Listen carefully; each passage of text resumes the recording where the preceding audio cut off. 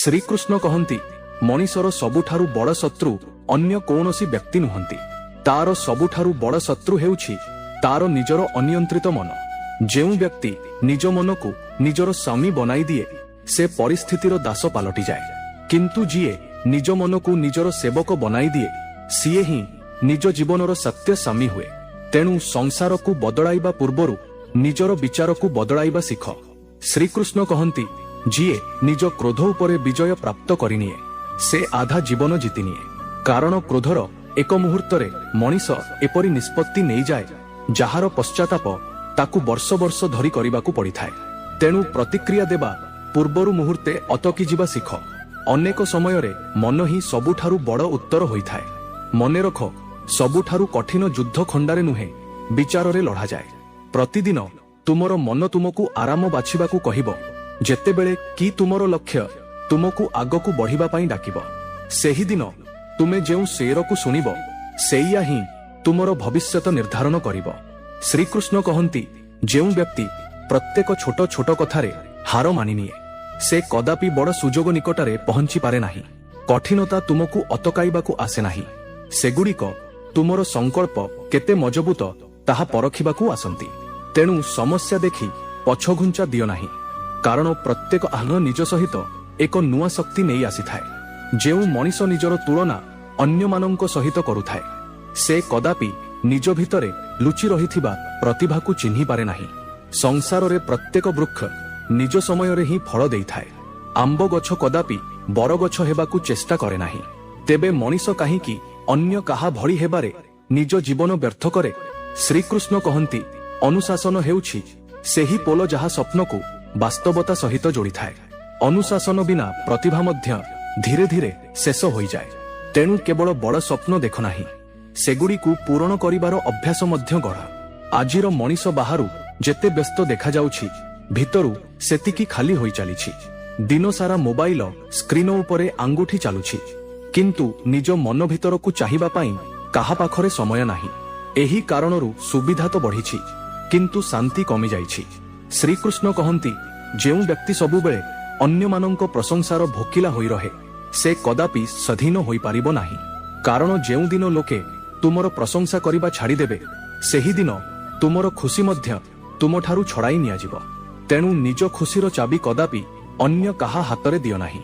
ମନେ ରଖ, ଜୟ ସବୁବେଳେ ଦ୍ରୁତ ଦୌଡ଼ୁଥିବା ବ୍ୟକ୍ତିର ହୁଏ ନାହିଁ। ଜୟ ତାର ହୁଏ ଯିଏ କଠିନ ରାସ୍ତାରେ ମଧ୍ୟ ଚାଲିବାର ସାହସ ରଖେ। ଧୀରେ ଚାଲିବା ସ୍ୱୀକାର କର, କିନ୍ତୁ ଅଟକି ଯିବା କଦାପି ସ୍ୱୀକାର କର ନାହିଁ।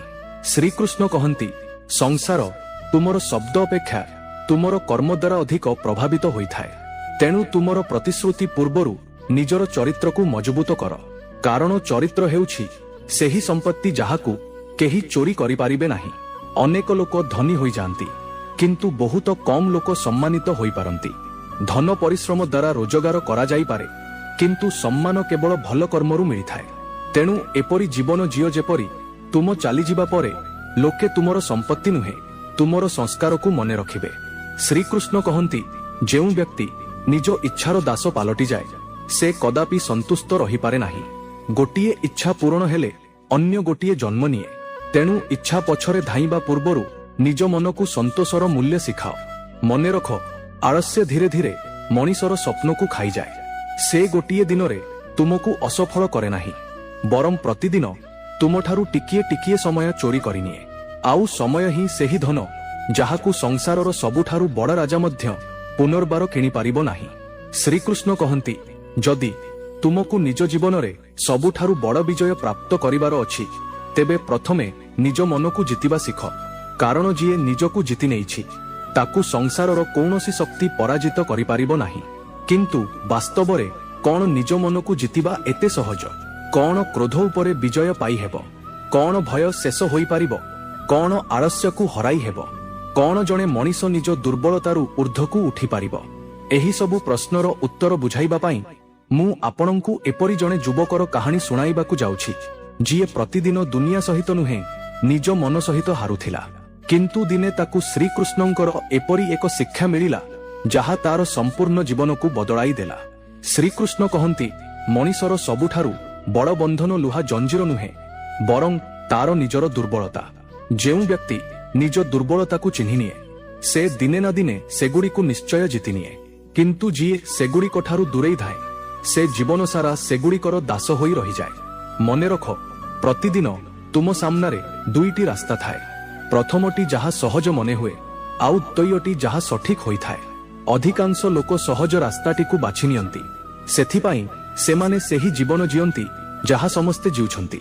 କିନ୍ତୁ ଯିଏ ସଠିକ ରାସ୍ତା ବାଛେ ସିଏ ହିଁ ଅସାଧାରଣ ବନିଥାଏ। ଶ୍ରୀକୃଷ୍ଣ କହନ୍ତି, ମନକୁ ଜିତିବା ଗୋଟିଏ ଦିନର କାମ ନୁହେଁ। ଯେପରି ଗୋଟିଏ ମଞ୍ଜିକୁ ବୃକ୍ଷ ହେବାକୁ ସମୟ ଲାଗେ, ସେହିପରି ଚରିତ୍ରକୁ ମହାନ ହେବାକୁ ଧୈର୍ଯ୍ୟ ଲାଗିଥାଏ। ତେଣୁ ଯଦି ଆଜି ତୁମେ ନିଜକୁ ବଦଳାଇବାର ପ୍ରୟାସ କରୁଛ, ତେବେ ପରିଣାମ ପାଇଁ ବ୍ୟାକୁଳ ହୁଅ ନାହିଁ। ଯେଉଁ ବ୍ୟକ୍ତି ପ୍ରତ୍ୟେକ ସକାଳେ ନିଜ ଲକ୍ଷ୍ୟକୁ ମନେ ରଖେ ତାର ମନ ଧୀରେ ଧୀରେ ଭଟକିବା ଛାଡ଼ିଦିଏ। କିନ୍ତୁ ଯାହାର ଜୀବନ ଲକ୍ଷ୍ୟହୀନ ହୋଇଥାଏ ତାର ମନ ପ୍ରତ୍ୟେକ ଚକମକ କରୁଥିବା ଜିନିଷ ପଛରେ ଧାବିତ ହୁଏ। ଶ୍ରୀକୃଷ୍ଣ କହନ୍ତି, ଇଚ୍ଛାର ଶେଷ ନାହିଁ। ଗୋଟିଏ ଇଚ୍ଛା ପୂରଣ ହେଲେ ଅନ୍ୟ ଗୋଟିଏ ଜନ୍ମ ନେବ। ତେଣୁ ସୁଖ ଇଚ୍ଛାଗୁଡ଼ିକୁ ପୂରଣ କରିବାରେ ନାହିଁ, ବରଂ ସେଗୁଡ଼ିକ ଉପରେ ନିୟନ୍ତ୍ରଣ ପାଇବାରେ ଅଛି। କଦାପି ଏହା ଭାବ ନାହିଁ ଯେ ଛୋଟ ଛୋଟ ଖରାପ ଅଭ୍ୟାସ ଦ୍ୱାରା କିଛି ଫରକ ପଡ଼େ ନାହିଁ। ନଦୀ ମଧ୍ୟ ଟୋପା ଟୋପା ପାଣିରୁ ପୂର୍ଣ୍ଣ ହୁଏ, ଆଉ ଜୀବନ ମଧ୍ୟ ଗୋଟିଏ ଗୋଟିଏ ଅଭ୍ୟାସରୁ ଗଢ଼ା ହୁଏ। ଆଜିର ଛୋଟ ଅନୁଶାସନ କାଲିର ବଡ଼ ସଫଳତା ବନିପାରେ। ଶ୍ରୀକୃଷ୍ଣ କହନ୍ତି, ଯେଉଁ ବ୍ୟକ୍ତି ସବୁ କଥାରେ ବାହାନା କରେ ସେ ନିଜ ଭାଗ୍ୟର ଦ୍ୱାର ନିଜେ ବନ୍ଦ କରିଦିଏ। ବାହାନା କିଛି ସମୟ ପାଇଁ ମନକୁ ସନ୍ତୁଷ୍ଟ କରିପାରେ, କିନ୍ତୁ ସେଗୁଡ଼ିକ ଜୀବନକୁ କଦାପି ବଦଳାଇ ପାରେ ନାହିଁ। ଜୀବନ କେବଳ କର୍ମ ଦ୍ୱାରା ବଦଳିଥାଏ। ମନେ ରଖ, ସଂସାରରେ ଦୁଇ ପ୍ରକାରର ଲୋକ ଥାନ୍ତି। ଏକ, ଯେଉଁମାନେ ପରିସ୍ଥିତିକୁ ଅପେକ୍ଷା କରନ୍ତି, ଆଉ ଦୁଇ, ଯେଉଁମାନେ ପରିସ୍ଥିତି ନିର୍ମାଣ କରନ୍ତି। ଇତିହାସ ସବୁବେଳେ ସେହି ଲୋକମାନଙ୍କୁ ମନେ ରଖେ ଯେଉଁମାନେ କଠିନ ସମୟରେ ମଧ୍ୟ ହାର ମାନି ନଥିଲେ। ଆଜିର ମଣିଷ ନିଜ କ୍ଲାନ୍ତି ଅପେକ୍ଷା ନିଜର ଦ୍ୱନ୍ଦ୍ୱ ଯୋଗୁଁ ଅଧିକ ପରେଶାନ। ଶରୀର ଆରାମ କଲା ପରେ ଠିକ୍ ହୋଇଯାଏ, କିନ୍ତୁ ବେଚୈନ ମନକୁ କେବଳ ସଠିକ ବିଚାର ହିଁ ଶାନ୍ତ କରିପାରେ। ଶ୍ରୀକୃଷ୍ଣ କହନ୍ତି, ଯଦି ତୁମକୁ ନିଜ ମନର ଶକ୍ତି ଜାଣିବାର ଅଛି, ତେବେ ଗୋଟିଏ ଦିନ ବିନା ଅଭିଯୋଗ କରି ବିତାଇ ଦେଖ। ତୁମକୁ ଜଣାପଡ଼ିବ ଯେ ତୁମର ଅଧିକାଂଶ ଦୁଃଖ ପରିସ୍ଥିତିରୁ ନୁହେଁ, ବରଂ ତୁମର ପ୍ରତିକ୍ରିୟାରୁ ସୃଷ୍ଟି ହୋଇଥାଏ। କେହି ସତ କହିଛନ୍ତି, ମଣିଷ ବାହାରୁ ଯେତେ ଶାନ୍ତ ଦେଖାଯାଏ ଭିତରେ ସେତିକି ଯୁଦ୍ଧ ଲଢ଼ୁଥାଏ। ତେଣୁ କାହା ମୁହଁକୁ ଦେଖି ତା ଜୀବନର ନିଷ୍ପତ୍ତି ନିଅ ନାହିଁ। ପ୍ରତ୍ୟେକ ହସ ପଛରେ ଏକ ଅକୁହା କାହାଣୀ ଲୁଚି ରହିଥାଇପାରେ। ଶ୍ରୀକୃଷ୍ଣ କହନ୍ତି, ଯେତେବେଳେ ତୁମେ ନିଜ ଲକ୍ଷ୍ୟ ଉପରୁ ଧ୍ୟାନ ହଟାଇ ଦିଅ, ସେତେବେଳେ ହିଁ ତୁମର ମନ ତୁମକୁ ଭଟକାଇବାକୁ ଲାଗେ। ତେଣୁ ନିଜ ଲକ୍ଷ୍ୟକୁ ଏତେ ସ୍ପଷ୍ଟ କର ଯେପରି କୌଣସି ପ୍ରଲୋଭନ ମଧ୍ୟ ତୁମର ରାସ୍ତା ବଦଳାଇ ନପାରେ। ମନେ ରଖ, ସଫଳତା ପ୍ରଥମେ ମନରେ ଜନ୍ମ ନିଏ, ତାପରେ ଜୀବନରେ ଦେଖାଯାଏ। ଯଦି ତୁମର ମନ ପ୍ରତିଦିନ ହାର ମାନୁଛି, ତେବେ ବାହ୍ୟ ବିଜୟ ମଧ୍ୟ ଅଧିକ ସମୟ ତିଷ୍ଠି ରହିପାରିବ ନାହିଁ। ଯଦି ଏହି ଜ୍ଞାନ ଆପଣଙ୍କ ଜୀବନରେ ପରିବର୍ତ୍ତନ ଆଣୁଛି, ତେବେ ମୋକ୍ଷବାଣୀ ସହିତ ଯୋଡ଼ି ହୋଇ ରୁହନ୍ତୁ। ଏବେ ଆଗକୁ ବଢ଼ିବା। ଶ୍ରୀକୃଷ୍ଣ କହନ୍ତି, ନିଜ ଉପରେ ବିଜୟ ପ୍ରାପ୍ତ କରୁଥିବା ବ୍ୟକ୍ତି କାହା ପ୍ରତି ଈର୍ଷା କରେ ନାହିଁ, କାରଣ ତାକୁ ଜଣାଥାଏ ଯେ ତାର ସବୁଠାରୁ ବଡ଼ ପ୍ରତିଯୋଗିତା ଅନ୍ୟ କାହା ସହିତ ନୁହେଁ, ବରଂ ନିଜର ବିଗତ କାଲିର ସ୍ୱରୂପ ସହିତ। ଯେଉଁ ବ୍ୟକ୍ତି ନିଜ ମନକୁ ଅନୁଶାସନରେ ରଖେ ସେ କଠିନ ସମୟରେ ମଧ୍ୟ ଭାଙ୍ଗି ପଡ଼େ ନାହିଁ। ପ୍ରବଳ ପବନ କେବଳ ଦୁର୍ବଳ ଚେର ଥିବା ଗଛଗୁଡ଼ିକୁ ଭାଙ୍ଗିଦିଏ। ଯାହାର ଚେର ବିଶ୍ୱାସରେ ଥାଏ ତାକୁ ପରିସ୍ଥିତି କେବଳ ଆହୁରି ମଜବୁତ କରେ। କିନ୍ତୁ ବାସ୍ତବରେ କଣ କେବଳ ଜ୍ଞାନ ଶୁଣିଦେଲେ ମନ ବଦଳିଯାଏ? କଣ କେବଳ ଭଲ କଥା ଜାଣିଦେବା ହିଁ ଯଥେଷ୍ଟ? ନା, କାରଣ ଯେପର୍ଯ୍ୟନ୍ତ ଜ୍ଞାନ ଅନୁଭବରେ ପରିଣତ ନ ହୋଇଛି, ସେ ପର୍ଯ୍ୟନ୍ତ ତାହା କେବଳ ଶବ୍ଦ ହୋଇ ରହିଯାଏ। ଆଉ ଏହି ସତ୍ୟକୁ ବୁଝାଇବା ପାଇଁ ମୁଁ ଆପଣଙ୍କୁ ଜଣେ ଯୁବକର କାହାଣୀ ଶୁଣାଇବାକୁ ଯାଉଛି, ଯିଏ ବୁଦ୍ଧିମାନ ଥିଲା, ପରିଶ୍ରମୀ ଥିଲା, ତାର ସ୍ୱପ୍ନ ମଧ୍ୟ ବଡ଼ ଥିଲା। କିନ୍ତୁ ପ୍ରତ୍ୟେକ ଥର ତାର ନିଜ ମନ ତାକୁ ତାର ଲକ୍ଷ୍ୟଠାରୁ ଦୂରକୁ ନେଇଯାଉଥିଲା। ତାର ନାମ ଥିଲା ଆରବ, ଆଉ ତାର କାହାଣୀ ହୁଏତ କେଉଁଠି ନା କେଉଁଠି ଆମର ନିଜ କାହାଣୀ। ବହୁ ସମୟ ପୂର୍ବର କଥା, ଏକ ଛୋଟ ନଗରରେ ଆରବ ନାମକ ଜଣେ ଯୁବକ ରହୁଥିଲା। ତା ଆଖିରେ ବଡ଼ ବଡ଼ ସ୍ୱପ୍ନ ଥିଲା, କିନ୍ତୁ ତାର ପାଦ ପ୍ରତ୍ୟେକ ଥର ଅଟକି ଯାଉଥିଲା। ସେ ପ୍ରତ୍ୟେକ ସକାଳେ ନିଜ ସହିତ ଏକ ନୂଆ ପ୍ରତିଶ୍ରୁତି କରୁଥିଲା, ଆଜିଠାରୁ ମୁଁ ବଦଳିଯିବି। କିନ୍ତୁ ସଞ୍ଜ ହେଉ ହେଉ ସେହି ପୁରୁଣା ଅଭ୍ୟାସ, ସେହି ଆଳସ୍ୟ, ସେହି କାମ ଗଡ଼ାଇବାର ମନୋଭାବ ତାର ସମସ୍ତ ସଂକଳ୍ପକୁ ଭାଙ୍ଗି ଦେଉଥିଲା। ଧୀରେ ଧୀରେ ସେ ଅନ୍ୟମାନଙ୍କୁ ଦୋଷ ଦେବା ଆରମ୍ଭ କଲା। କେତେବେଳେ ସେ ପରିସ୍ଥିତିକୁ ଦୋଷ ଦେଉଥିଲା, କେତେବେଳେ ନିଜ ଭାଗ୍ୟକୁ ତ ଆଉ କେତେବେଳେ ଭଗବାନଙ୍କୁ। କିନ୍ତୁ ସେ କଦାପି ନିଜ ମନକୁ ପଚାରି ନଥିଲା ଭୁଲ ଆଖିରେ କେଉଁଠି ଅଛି। ଦିନେ ସେ ନିରାଶ ହୋଇ ନଗର ବାହାରେ ବହୁଥିବା ନଦୀ କୂଳରେ ଯାଇ ବସିଲା। ସୂର୍ଯ୍ୟ ଅସ୍ତ ହେଉଥିଲେ, ଚାରିଆଡେ ଶାନ୍ତି ଥିଲା, କିନ୍ତୁ ତା ଭିତରେ ବିଚାରର ଝଡ଼ ଚାଲିଥିଲା। ସେତିକିବେଳେ ସେ ଦେଖିଲା ଜଣେ ବୃଦ୍ଧ ସାଧୁ ନଦୀରୁ ପାଣି ଭରୁଥିଲେ। ତାଙ୍କ ଚାଲିରେ ସାଧାରଣତା ଥିଲା, ଆଉ ମୁହଁରେ ଏପରି ଶାନ୍ତି ଥିଲା ଯାହାକୁ ଦେଖି ଲାଗୁଥିଲା ସେ ଯେମିତି ଜୀବନର ସମସ୍ତ ରହସ୍ୟ ଜାଣି ନେଇଛନ୍ତି। ଆରବ ତାଙ୍କ ପାଖକୁ ଗଲା ଆଉ କହିଲା, ଗୁରୁଦେବ, ମୁଁ ବହୁତ ଚେଷ୍ଟା କରେ, ପ୍ରତ୍ୟେକ ଥର ଭାବେ ଯେ ଏବେ ମୁଁ ବଦଳିଯିବି, କିନ୍ତୁ କିଛି ଦିନ ପରେ ମୁଁ ପୁଣି ସେହିଠାରେ ପହଞ୍ଚିଯାଏ ଯେଉଁଠାରୁ ବାହାରିଥିଲି। ସାଧୁ ହସିଲେ। ସେ କୌଣସି ଉତ୍ତର ଦେଲେ ନାହିଁ। ସେ ନିଜର ଛୋଟ ଡଙ୍ଗାର ଦଉଡ଼ି ଫିଟାଇ କହିଲେ, ଚାଲ ମୋ ସହିତ ନଦୀ ପାର ହୁଅ। ଦୁହେଁ ଡଙ୍ଗାରେ ବସିଲେ। ନଦୀ ଏକଦମ ଶାନ୍ତ ଥିଲା। କିଛି ସମୟ ପରେ ସାଧୁ ଡଙ୍ଗା ଅଟକାଇ ଦେଲେ ଆଉ କହିଲେ, ପୁଅ, ଏବେ ପୂରା ଶକ୍ତି ଲଗାଇ ଡଙ୍ଗା ଚଲାଅ। ଆରବ ପୂର୍ଣ୍ଣ ଶକ୍ତିରେ ଆହୁଲା ଚଲାଇବାକୁ ଲାଗିଲା। 1 ମିନିଟ୍, 2 ମିନିଟ୍, 5 ମିନିଟ୍। ତା କପାଳରେ ଝାଳ ବୋହିଗଲା, କିନ୍ତୁ ଡଙ୍ଗା ନିଜ ସ୍ଥାନରୁ 1 ଇଞ୍ଚ ମଧ୍ୟ ଆଗକୁ ବଢିଲା ନାହିଁ। ସେ ଆଶ୍ଚର୍ଯ୍ୟ ହୋଇ କହିଲା, ଗୁରୁଦେବ, ମୁଁ ପୂରା ଶକ୍ତି ଲଗାଉଛି, ତଥାପି ଡଙ୍ଗା ଆଗକୁ କାହିଁକି ବଢୁନାହିଁ? ସାଧୁ ହସିଲେ ଆଉ କହିଲେ, ପଛକୁ ଚାହଁ। ଆରବ ପଛକୁ ବୁଲି ଚାହିଁଲା ତ ଦେଖିଲା ଡଙ୍ଗା ଏବେ ମଧ୍ୟ କୂଳରେ ବନ୍ଧା ହୋଇ ରହିଛି। ଦଉଡ଼ି ଖୋଲି ହିଁ ନଥିଲା। କିଛି ମୁହୂର୍ତ୍ତ ପର୍ଯ୍ୟନ୍ତ ସେ ସମ୍ପୂର୍ଣ୍ଣ ନୀରବ ହୋଇଗଲା। ସାଧୁ ଧୀରେ କହିଲେ, ଏହା ହିଁ ତୁମ ଜୀବନର କାହାଣୀ। ତୁମେ ପରିଶ୍ରମ ତ ବହୁତ କରୁଛ, କିନ୍ତୁ ତୁମର ମନ ଏବେ ମଧ୍ୟ ପୁରୁଣା ଅଭ୍ୟାସରେ ବନ୍ଧା ହୋଇ ରହିଛି। ଯେପର୍ଯ୍ୟନ୍ତ ଏହି ଦଉଡ଼ି ସବୁ ନ ଭାଙ୍ଗିଛି, ସେ ପର୍ଯ୍ୟନ୍ତ ତୁମର ପରିଶ୍ରମ ତୁମକୁ ଆଗକୁ ନେଇପାରିବ ନାହିଁ। ଆରବର ଆଖି ଓଦା ହୋଇଗଲା। ତାକୁ ପ୍ରଥମ ଥର ପାଇଁ ନିଜର ପ୍ରକୃତ ସମସ୍ୟା ଦେଖାଗଲା। ସେହି ସମୟରେ ସାଧୁ ତା ଆଡ଼କୁ ଚାହିଁ କହିଲେ, ଶ୍ରୀକୃଷ୍ଣ କହନ୍ତି, ଯେଉଁ ମଣିଷ ନିଜ ମନକୁ ଜିତିନିଏ ତାର ମନ ତାର ସବୁଠାରୁ ବଡ଼ ମିତ୍ର ପାଲଟିଯାଏ, କିନ୍ତୁ ଯିଏ ମନର ବଶରେ ରହେ ସେହି ମନ ହିଁ ତାର ସବୁଠାରୁ ବଡ଼ ଶତ୍ରୁ ପାଲଟିଯାଏ। ତେଣୁ ସଂସାରକୁ ବଦଳାଇବା ପୂର୍ବରୁ ନିଜ ମନକୁ ବଦଳାଇବା ଶିଖ। ଆରବ ଭିତରେ ଯେମିତି କେହି ଦୀପଟିଏ ଜାଳିଦେଲା।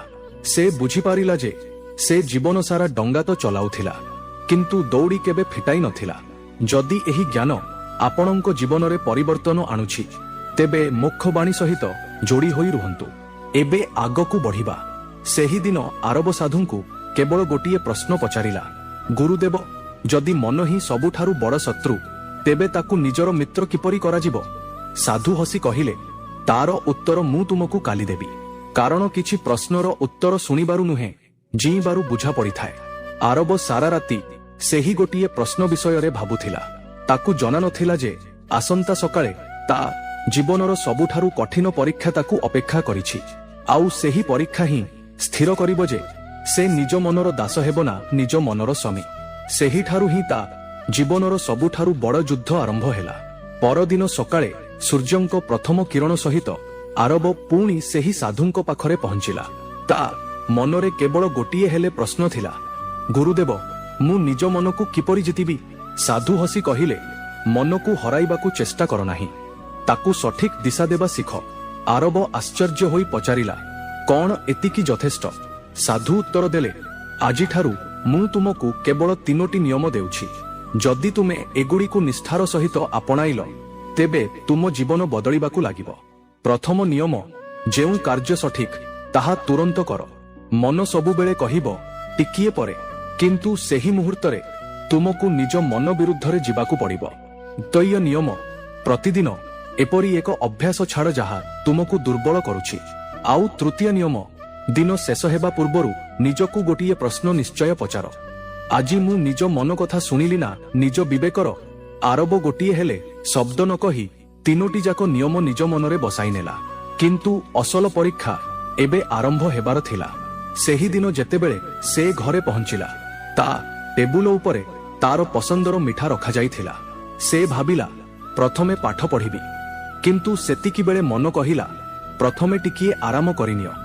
କିଛି ମୁହୂର୍ତ୍ତ ପାଇଁ ସେ ପୁଣି ଡଗମଗ ହେଲା, କିନ୍ତୁ ହଠାତ୍ ତାକୁ ସାଧୁଙ୍କ କଥା ମନେ ପଡ଼ିଗଲା। ଯେଉଁ କାର୍ଯ୍ୟ ସଠିକ ତାହା ତୁରନ୍ତ କର। ସେ ମିଠାକୁ ଗୋଟିଏ ପାଖରେ ରଖିଲା, ମୋବାଇଲ ବନ୍ଦ କଲା ଆଉ ଚୁପଚାପ ନିଜ ବହି ଖୋଲି ବସିଗଲା। ସେଦିନ ହୁଏତ ସେ କେବଳ 2 ଘଣ୍ଟା ହିଁ ପଢିଥିଲା, କିନ୍ତୁ ସେହି 2 ଘଣ୍ଟା ତା ଜୀବନର ସବୁଠାରୁ ବଡ଼ ବିଜୟ ଥିଲା। କାରଣ ସେଦିନ ସେ କେବଳ ବହି ଖୋଲି ନଥିଲା, ସେ ନିଜ ମନ ଉପରେ ପ୍ରଥମ ବିଜୟ ପ୍ରାପ୍ତ କରିଥିଲା। ଶ୍ରୀକୃଷ୍ଣ କହନ୍ତି, ମଣିଷର ସବୁଠାରୁ ବଡ଼ ବିଜୟ ହଜାର ହଜାର ଲୋକଙ୍କୁ ହରାଇବାରେ ନାହିଁ, ବରଂ ନିଜ ଭିତରେ ବସିଥିବା ଗୋଟିଏ ଖରାପ ଅଭ୍ୟାସକୁ ହରାଇବାରେ ଅଛି। ଯେଉଁଦିନ ତୁମେ ନିଜର ଗୋଟିଏ ଦୁର୍ବଳତା ଉପରେ ବିଜୟ ପାଇନିଅ, ସେହିଦିନ ତୁମର ଭବିଷ୍ୟତ ବଦଳିବା ଆରମ୍ଭ ହୋଇଯାଏ। ଧୀରେ ଧୀରେ ଦିନ ବିତିବାକୁ ଲାଗିଲା। ପ୍ରତ୍ୟେକ ସକାଳେ ଆରବ ନିଜ ମନ ସହିତ ଏକ ନୂଆ ଯୁଦ୍ଧ ଲଢୁଥିଲା। କେତେବେଳେ ସେ ଜିତି ଯାଉଥିଲା ତ କେତେବେଳେ ହାରି ମଧ୍ୟ ଯାଉଥିଲା। କିନ୍ତୁ ଏବେ ଏକ ପାର୍ଥକ୍ୟ ଆସି ସାରିଥିଲା। ପୂର୍ବରୁ ସେ ହାରିଯାଇ ବାହାନା କରୁଥିଲା, ଏବେ ସେ ହାରିଗଲେ ନିଜକୁ ସୁଧାରୁଥିଲା। ଏହି ପରିବର୍ତ୍ତନ ହିଁ ଧୀରେ ଧୀରେ ତା ଚରିତ୍ରର ଅଂଶ ପାଲଟିଗଲା। ଦିନେ ତାର ମିତ୍ର ତାକୁ କହିଲା, ଆରବ, ତୁମେ ବଦଳି ଯାଇଛ। ପୂର୍ବରୁ ଛୋଟ କଥାରେ ରାଗି ଯାଉଥିଲ, ଏବେ ହସି ଦେଉଛ। ପୂର୍ବରୁ ସବୁ କାମ ଗଡ଼ାଇ ଦେଉଥିଲ, ଏବେ ସବୁଠାରୁ ପୂର୍ବରୁ ସେହି କାମ କରୁଛ। ଆଖିରେ ଏପରି କ'ଣ ବଦଳିଗଲା? ଆରବ ହସିଲା, ଆଉ କେବଳ ଏତିକି କହିଲା, ଦୁନିଆ ବଦଳି ନାହିଁ, ମୁଁ ବଦଳି ଯାଇଛି। ଯଦି ଏହି ଜ୍ଞାନ ଆପଣଙ୍କ ଜୀବନରେ ପରିବର୍ତ୍ତନ ଆଣୁଛି, ତେବେ ମୋକ୍ଷବାଣୀ ସହିତ ଯୋଡ଼ି ହୋଇ ରୁହନ୍ତୁ। ଏବେ ଆଗକୁ ବଢିବା। କିନ୍ତୁ ଜୀବନର ସବୁଠାରୁ ବଡ଼ ପରୀକ୍ଷା ଏବେ ମଧ୍ୟ ବାକି ଥିଲା। କିଛି ଦିନ ପରେ ଆରବକୁ ଏପରି ଏକ ସୁଯୋଗ ମିଳିଲା, ଯେଉଁଠାରେ ଗୋଟିଏ ଛୋଟ ମିଛ କହି ସେ ବହୁତ ବଡ଼ ଲାଭ କମାଇ ପାରିଥାନ୍ତା। ଗୋଟିଏ ପଟେ ତାର ସ୍ୱାର୍ଥ ଥିଲା, ଆଉ ଅନ୍ୟ ପଟେ ତାର ଚରିତ୍ର।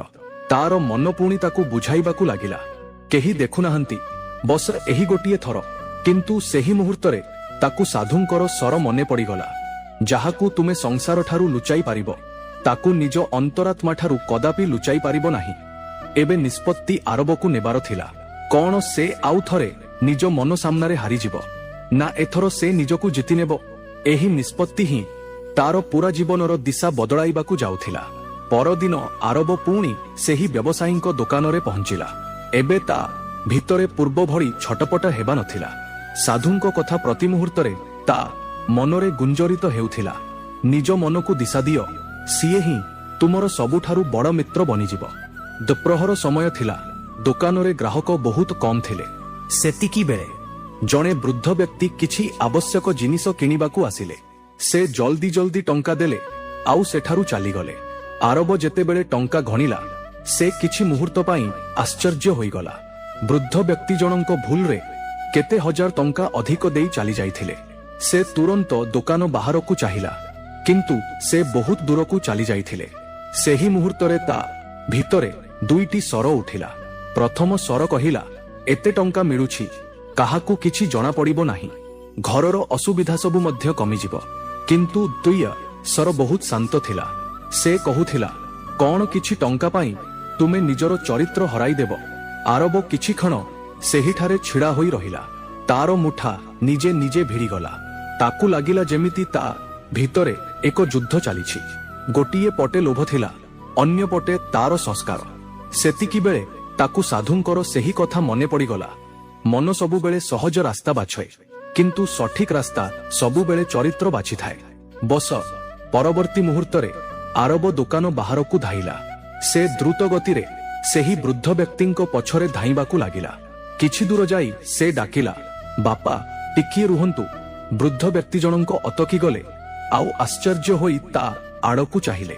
ଆରବ ହସି କି ଟଙ୍କା ତାଙ୍କ ଆଡ଼କୁ ବଢ଼ାଇଲା, ଆଉ କହିଲା, ଆପଣଙ୍କଠାରୁ ଭୁଲରେ ଅଧିକ ଟଙ୍କା ରହିଯାଇଥିଲା। ବୃଦ୍ଧ ବ୍ୟକ୍ତିଙ୍କ ଆଖି ଛଳ ଛଳ ହୋଇଗଲା।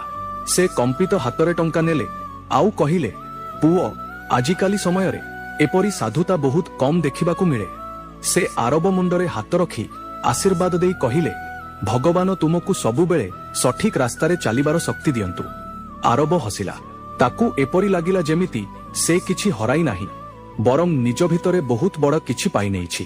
ଶ୍ରୀକୃଷ୍ଣ କହନ୍ତି, ଯେତେବେଳେ ମଣିଷ ଏକାକୀ ଥାଇ ମଧ୍ୟ ସଠିକ ନିଷ୍ପତ୍ତି ନିଏ, ସେତେବେଳେ ହିଁ ତାର ଚରିତ୍ର ଗଠନ ହୁଏ।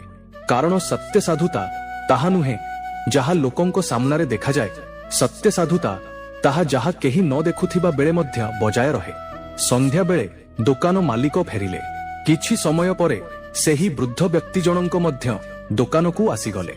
ସେ ପୁରା ଘଟଣା ବ୍ୟବସାୟୀଙ୍କୁ ଜଣାଇଦେଲେ। ବ୍ୟବସାୟୀ ଜଣଙ୍କ କିଛି କ୍ଷଣ ଆରବକୁ ଚାହିଁ ରହିଲେ।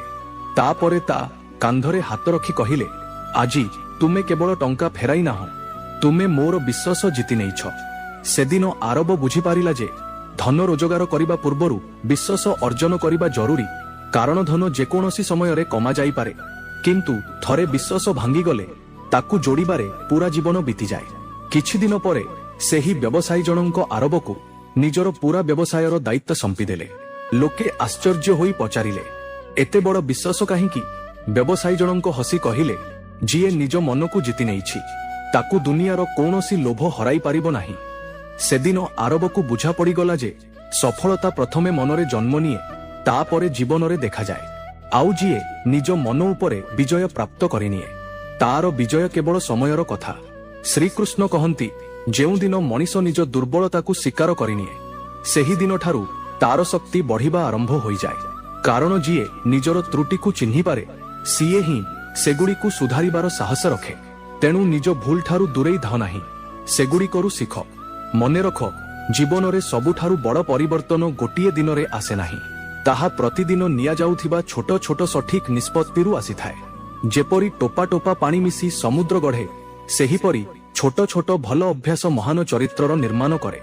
ଶ୍ରୀକୃଷ୍ଣ କହନ୍ତି, ଯଦି ତୁମେ ପ୍ରତିଦିନ ନିଜ ମନର ପ୍ରତ୍ୟେକ ଇଚ୍ଛା ପୂରଣ କରୁଥିବ, ତେବେ ଦିନେ ସେହି ଇଚ୍ଛାଗୁଡ଼ିକ ତୁମକୁ ନିଜର ଦାସ ବନାଇଦେବେ।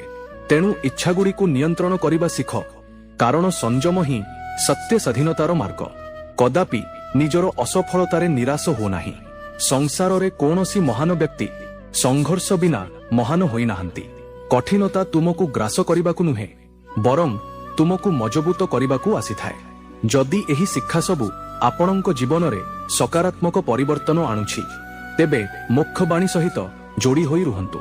ଏବେ ଶୁଣନ୍ତୁ ଆଗକୁ ସବୁଠାରୁ ଗୁରୁତ୍ୱପୂର୍ଣ୍ଣ କଥା। ଶ୍ରୀକୃଷ୍ଣ କହନ୍ତି, ଯେଉଁ ବ୍ୟକ୍ତିର ମନ ଶାନ୍ତ ରହେ ତାର ନିଷ୍ପତ୍ତି ମଧ୍ୟ ସଠିକ୍ ହୋଇଥାଏ।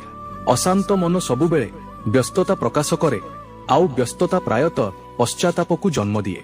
ତେଣୁ ଯେତେବେଳେ ମନ ବିଚଳିତ ହୁଏ ସେତେବେଳେ ନିଷ୍ପତ୍ତି ନେବା ପୂର୍ବରୁ ନିଜକୁ ଶାନ୍ତ କରିବା ଶିଖ। ଆଜିର ମଣିଷ ବାହାର ଦୁନିଆକୁ ଜିତିବାରେ ଏତେ ବ୍ୟସ୍ତ ଯେ ଭିତର ଦୁନିଆକୁ ଭୁଲି ଯାଇଛି।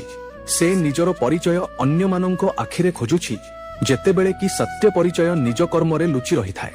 ଶ୍ରୀକୃଷ୍ଣ କହନ୍ତି, ଯଦି କେହି ତୁମର ଅପମାନ କରେ ତେବେ ତୁରନ୍ତ କ୍ରୋଧ କର ନାହିଁ। ପ୍ରଥମେ ଏହା ଭାବ, କଣ ତାର ବ୍ୟବହାର ତୁମ ଚରିତ୍ରକୁ ବଦଳାଇ ପାରିବ? ଯଦି ନୁହେଁ, ତେବେ ତାର କଥାକୁ ନିଜ ମନ ଉପରେ ଶାସନ କରିବାକୁ ଦିଅ ନାହିଁ। ଯେଉଁ ବ୍ୟକ୍ତି ସବୁବେଳେ ଅଭିଯୋଗ କରୁଥାଏ ସେ ଭଗବାନଙ୍କ ଦ୍ୱାରା ଦିଆଯାଇଥିବା ସୁଯୋଗଗୁଡ଼ିକୁ ମଧ୍ୟ ଚିହ୍ନି ପାରେ ନାହିଁ। ତେଣୁ ଅଭିଯୋଗ କମ୍ ଆଉ କୃତଜ୍ଞତା ଅଧିକ ପ୍ରକାଶ କରିବା ଶିଖ, କାରଣ କୃତଜ୍ଞ ମନରେ ହିଁ ଶାନ୍ତିର ବାସ ହୋଇଥାଏ। ଶ୍ରୀକୃଷ୍ଣ କହନ୍ତି, ମଣିଷକୁ କଦାପି ନିଜ ଭଲ କର୍ମର ଅହଙ୍କାର କରିବା ଉଚିତ ନୁହେଁ। ଫଳରେ ଭରପୁର ଥିବା ଗଛ ସବୁବେଳେ ନଇଁ ପଡ଼ିଥାଏ। ସେହିପରି ସତ୍ୟଜ୍ଞାନୀ ବ୍ୟକ୍ତି ଯେତେ ଉପରକୁ ଉଠେ ସେତିକି ନମ୍ର ହୋଇଯାଏ। ମନେ ରଖ, ଅନ୍ୟମାନଙ୍କୁ କ୍ଷମା କରିବା ସେମାନଙ୍କର ନୁହେଁ, ନିଜର ମୁକ୍ତିର ମାର୍ଗ। ଯେଉଁ ବ୍ୟକ୍ତି ବର୍ଷ ବର୍ଷ ଧରି ମନରେ କ୍ରୋଧ ଆଉ ଦୋଷ ରଖେ ସେ ସବୁଠାରୁ ପ୍ରଥମେ ନିଜକୁ କଷ୍ଟ ଦିଏ। ତେଣୁ କ୍ଷମା କରିବା ଦୁର୍ବଳତା ନୁହେଁ, ବରଂ ଆତ୍ମବଳର ପରିଚୟ। ଶ୍ରୀକୃଷ୍ଣ କହନ୍ତି, ଯଦି ତୁମର ଲକ୍ଷ୍ୟ ବଡ଼, ତେବେ ତୁମକୁ ନିଜ ସୁଖର କିଛି ଅଂଶ ତ୍ୟାଗ କରିବାକୁ ହିଁ ପଡ଼ିବ। ତ୍ୟାଗ ବିନା କୌଣସି ମହାନ ସଫଳତା ପ୍ରାପ୍ତ ହୁଏ ନାହିଁ। ମଞ୍ଜି ମଧ୍ୟ ବୃକ୍ଷ ହେବା ପୂର୍ବରୁ ମାଟିରେ ନିଜକୁ ସମର୍ପିତ କରେ। ଜୀବନରେ ଏପରି ଲୋକ ନିଶ୍ଚୟ ମିଳିବେ ଯେଉଁମାନେ ତୁମର ପ୍ରୟାସକୁ ଉପହାସ କରିବେ, କିନ୍ତୁ ମନେ ରଖ, ସେହି ଲୋକମାନେ ହିଁ ଦିନେ ତୁମର ସଫଳତାର କାହାଣୀ ସମସ୍ତଙ୍କୁ ଶୁଣାଇବେ। ତେଣୁ ଲୋକଙ୍କ କଥା ଅପେକ୍ଷା ନିଜ ଲକ୍ଷ୍ୟ ଉପରେ ଅଧିକ ବିଶ୍ୱାସ କର। ଶ୍ରୀକୃଷ୍ଣ କହନ୍ତି, ସତ୍ୟ ସାହସ ତାହା ନୁହେଁ ଯାହା ଯୁଦ୍ଧ କ୍ଷେତ୍ରରେ ଦେଖାଯାଏ। ସତ୍ୟ ସାହସ ତାହା ଯାହା ମଣିଷକୁ ସତ୍ୟର ସାଥ ଦେବାର ଶକ୍ତି ଦିଏ, ଚାହେ ପୁରା ସଂସାର ତା ବିରୁଦ୍ଧରେ କାହିଁକି ଛିଡ଼ା ହୋଇନଥାଉ। ଯଦି ଆଜିଠାରୁ ତୁମେ ନିଜ ମନକୁ ସଠିକ୍ ଦିଶା ଦେବା ଆରମ୍ଭ କରିଦେଲ, ନିଜ କ୍ରୋଧ ଉପରେ ନିୟନ୍ତ୍ରଣ କରିବା ଆରମ୍ଭ କରିଦେଲ, ନିଜ ଆଳସ୍ୟ ଉପରେ ବିଜୟ ପ୍ରାପ୍ତ କରିବା ଆରମ୍ଭ କରିଦେଲ, ତେବେ ବିଶ୍ୱାସ କର, ତୁମର ସବୁଠାରୁ ବଡ଼ ବିଜୟ ଦୂରରେ ନାହିଁ। କାରଣ ଶ୍ରୀକୃଷ୍ଣ କହନ୍ତି, ଯେଉଁ ବ୍ୟକ୍ତି ନିଜକୁ ଜିତିନିଏ ତାକୁ ସଂସାରର କୌଣସି ଶକ୍ତି ପରାଜିତ କରିପାରିବ ନାହିଁ। ଶ୍ରୀକୃଷ୍ଣ କହନ୍ତି, ମଣିଷ ଜୀବନରେ ସବୁଠାରୁ ବଡ଼ ବିଜୟ ଅନ୍ୟମାନଙ୍କ ଉପରେ ନୁହେଁ, ନିଜ ଉପରେ ପ୍ରାପ୍ତ କରିଥାଏ। ଯେଉଁଦିନ ତୁମେ ନିଜ କ୍ରୋଧ ଉପରେ ବିଜୟ ପାଇନେବ, ସେହିଦିନ ତୁମର ସମ୍ପର୍କ ସବୁ ବଦଳିଯିବ। ଯେଉଁଦିନ ତୁମେ ନିଜ ଆଳସ୍ୟକୁ ହରାଇଦେବ, ସେହିଦିନ ତୁମର ଭବିଷ୍ୟତ ବଦଳିଯିବ। ଆଉ ଯେଉଁଦିନ ତୁମେ ନିଜ ମନକୁ ନିଜର ସେବକ ବନାଇଦେବ, ସେହିଦିନ ତୁମର ପୂରା ଜୀବନ ବଦଳିବା ଆରମ୍ଭ ହୋଇଯିବ। ମନେ ରଖ, ଭାଗ୍ୟ ପ୍ରତ୍ୟେକ ଲୋକଙ୍କ ଜୀବନରେ ସୁଯୋଗ ନେଇ ଆସିଥାଏ, କିନ୍ତୁ ସେହି ସୁଯୋଗଗୁଡ଼ିକୁ ସିଏ ହିଁ ଚିହ୍ନିପାରେ ଯାହାର ମନ ଭୟରେ ନୁହେଁ ବିଶ୍ୱାସରେ ଭରି ରହିଥାଏ। ଶ୍ରୀକୃଷ୍ଣ କହନ୍ତି, ଯଦି ତୁମକୁ ନିଜ ଜୀବନରେ ସତ୍ୟ ଶାନ୍ତି ଚାହିଁ, ତେବେ ଲୋକଙ୍କ ପ୍ରଶଂସା ଅପେକ୍ଷା ନିଜ ଅନ୍ତରାତ୍ମାର ସ୍ୱର ଶୁଣ। ସଂସାର ଆଜି ତୁମର ସମାଲୋଚନା କରିବ, କାଲି ତୁମ ସଫଳତାର ପ୍ରଶଂସା କରିବ, କିନ୍ତୁ ଯଦି ତୁମେ ପ୍ରତିଦିନ ଲୋକଙ୍କ ମତାମତ ବଦଳାଇବାରେ ଲାଗି ରହିବ, ତେବେ ନିଜ ଜୀବନ ଜୀଇବା ଭୁଲିଯିବ। କଦାପି ନିଜର ତୁଳନା ଅନ୍ୟମାନଙ୍କ ସହିତ କର ନାହିଁ, କାରଣ ଭଗବାନ ପ୍ରତ୍ୟେକ ବ୍ୟକ୍ତିଙ୍କୁ ଏକ ଅଲଗା ଉଦ୍ଦେଶ୍ୟ ସହିତ ପଠାଇଛନ୍ତି। ସୂର୍ଯ୍ୟ ନିଜ ସମୟରେ ଉଦୟ ହୁଅନ୍ତି, ଚନ୍ଦ୍ର ନିଜ ସମୟରେ ବାହାରନ୍ତି। ଦୁହେଁ ଏକ ଅନ୍ୟଠାରୁ ଆଗକୁ ବାହାରି ଯିବାର ଚେଷ୍ଟା କରନ୍ତି ନାହିଁ। ତେବେ ମଣିଷ କାହିଁକି ସବୁବେଳେ ଅନ୍ୟମାନଙ୍କଠାରୁ ଆଗକୁ ଯିବାର ଦଳରେ ନିଜ ଶାନ୍ତି ହରାଇ ଦିଏ? ଶ୍ରୀକୃଷ୍ଣ କହନ୍ତି, ଯାହା ପାଖରେ ଧୈର୍ଯ୍ୟ ଅଛି, ତା ପାଖରେ ବିଜୟର ସବୁଠାରୁ ବଡ଼ ଅସ୍ତ୍ର ଅଛି, କାରଣ ସମୟ ସବୁବେଳେ ଧୈର୍ଯ୍ୟବାନ ବ୍ୟକ୍ତିର ସାଥ ଦେଇଥାଏ। ଯଦି ଆଜିର ଏହି ଯାତ୍ରାରୁ ଆପଣ କେବଳ ଗୋଟିଏ କଥା ମଧ୍ୟ ନିଜ ଜୀବନରେ ଆପଣାଇ ନିଅନ୍ତି, ତେବେ ବିଶ୍ୱାସ କରନ୍ତୁ, ଆପଣଙ୍କ ଜୀବନ ଧୀରେ ଧୀରେ ବଦଳିବା ଆରମ୍ଭ ହୋଇଯିବ। କାରଣ ଜୀବନ ଗୋଟିଏ ବଡ଼ ନିଷ୍ପତ୍ତିରୁ ନୁହେଁ, ବରଂ ପ୍ରତିଦିନ ନିଆଯାଉଥିବା ଛୋଟ ଛୋଟ ସଠିକ୍ ନିଷ୍ପତ୍ତିରୁ ବଦଳିଥାଏ। ଯଦି ଭଗବାନ ଶ୍ରୀକୃଷ୍ଣଙ୍କର ଏହିପରି ଜୀବନ ବଦଳାଉଥିବା ଶିକ୍ଷା ସବୁ ଆପଣଙ୍କୁ ପସନ୍ଦ ଆସୁଛି, ତେବେ ମୋକ୍ଷବାଣୀ ପରିବାରର ଅଂଶ ନିଶ୍ଚୟ ହୁଅନ୍ତୁ। କାରଣ ଏଠାରେ ଆମେ କେବଳ କାହାଣୀ ଶୁଣାଉ ନାହୁଁ, ଆମେ ସନାତନ ଜ୍ଞାନକୁ ଜୀବନ ଜୀଇବାର କଳାରେ ପରିଣତ କରିବାର ପ୍ରୟାସ। ଶେଷରେ ଶ୍ରୀକୃଷ୍ଣଙ୍କର ଏକ ଗଭୀର ଶିକ୍ଷା ସବୁବେଳେ ମନେ ରଖନ୍ତୁ, ଯିଏ ନିଜକୁ ଜିତିନେଲା, ତା ପାଇଁ ସଂସାରରେ କିଛି ହେଲେ ଅସମ୍ଭବ ରହେ ନାହିଁ। ନିଜ ମନକୁ ନିଜର ମିତ୍ର ବନାନ୍ତୁ, ନିଜ କର୍ମକୁ ନିଜର ପରିଚୟ ବନାନ୍ତୁ, ଆଉ ପ୍ରତ୍ୟେକ ପରିସ୍ଥିତିରେ ଭଗବାନଙ୍କ ଉପରେ ବିଶ୍ୱାସ ରଖନ୍ତୁ। କାରଣ ଯେତେବେଳେ ମଣିଷ ନିଜକୁ ଜିତିନିଏ, ସେତେବେଳେ ଈଶ୍ୱର ତାକୁ ସେହି ସ୍ଥାନ ପର୍ଯ୍ୟନ୍ତ ପହଞ୍ଚାଇ ଦିଅନ୍ତି ଯେଉଁଠିକୁ ତାର କଳ୍ପନା ମଧ୍ୟ ପହଞ୍ଚି ପାରେ ନାହିଁ।